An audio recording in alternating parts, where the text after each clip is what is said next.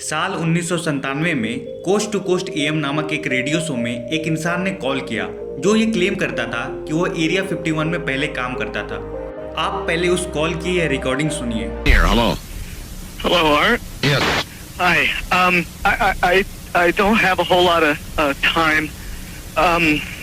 Well, look, let's begin by finding out whether you're using this line properly or not.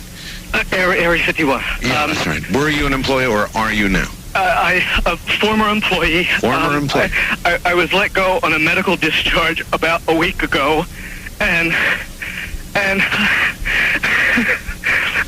I've kind of been running across the country. Oh man, I don't know where to start.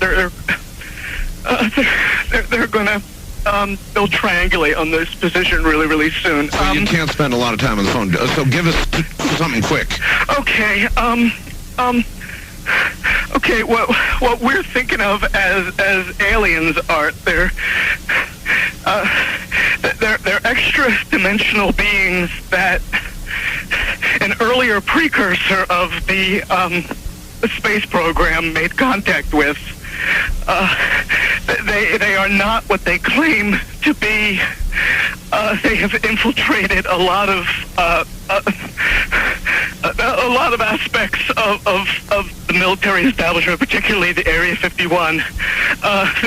The disasters that are coming, the military, I'm sorry, the government knows about them, and there's a lot of safe areas in this world that they could begin moving the population to now, Art.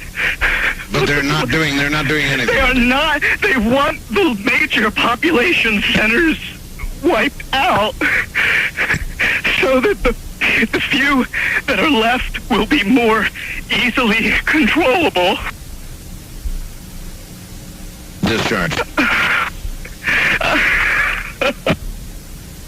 उसने उस call के दौरान inter dimensional being नामक word का इस्तेमाल किया था और इससे पहले कि वो और कुछ बताता कॉल कट हो जाता है।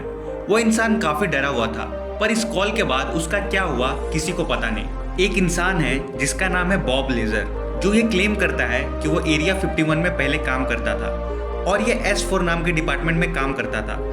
उसका यह कहना था कि उस डिपार्टमेंट में एलियन की जो व्हीकल्स होती है उनको स्टडी किया जाता है कि वो कैसे उड़ते हैं। उसने ये भी कहा था कि एरिया 51 की टीम यूएफओज और एलियन को कैप्चर करके उस पर एक्सपेरिमेंट करती है। एलियन अपने यूएफओज को बिना फ्यूल के कैसे उड़ाते थे वह उनकी वहाँ जांच करते थे।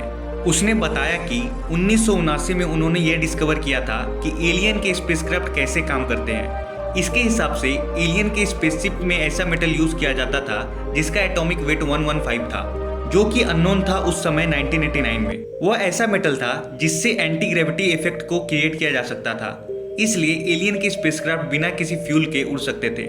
इस इंसान के हिसाब से जिस स्पेसक्राफ्ट की जांच वो अपने हाथों से कर रहा था वो धरती से 40 प्रकाश वर्ष दूर किसी तारामंडल से आया था। एरिया 51 इतना रहस्यमयी है कि कोई भी पैसेंजर एयरक्राफ्ट, हेलीकॉप्टर, यहाँ तक कि मिलिट्री एयरक्राफ्ट को भी इस एरिया के आसपास भी नहीं भटकने दिया जाता। यहाँ तक कि किसी भी सैटेलाइट को एरिया 51 की फोटो ऊपर से खींचना मना है। जो फोटोज आप इंटरनेट पर देखते हैं वो 10 किलोमीटर दूर पहाड़ों पर से खींची गई है हाईटेक जूम कैमरा की मदद से। बहुत लोगों का मानना है कि यह बस मिलिट्री टेस्टिंग जोन है जहाँ पर मिलिट्री के वेपन्स टेस्ट किए जाते हैं और यहाँ पर कुछ मिस्टीरियस नहीं है। 2013 तक तो वहाँ की गवर्नमेंट एरिया 51 को असल जगह तक नहीं मानती थी। साल 2014 में फेमस वायर्ड मैगजीन ने ये रिपोर्ट किया था कि एरिया 51 के सामने एक ऐसी प्लेन को उड़ते हुए देखा गया जो कि टेक्नोलॉजी के मामले में काफी आगे थी। इसके हिसाब से उसमें कलर एडाप्टेशन टेक्नोलॉजी थी, मतलब वो सराउंडिंग के हिसाब से अपना रंग बदल सकता था।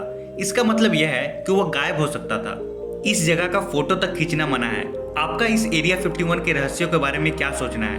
क्यों वहाँ की गवर्नमेंट ने इतने रेस्ट्रिक्शन लगा रखे हैं? क्योंकि मिलिट्री बेसिस तो और भी कई जगह हैं, पर वहाँ इतने कड़े रेस्ट्रिक्शन नहीं है। अपनी राय कमेंट में जरूर बताइए। तो आज के लिए बस इतना ही, मिलते हैं अगली वीडियो में। जय हिंद।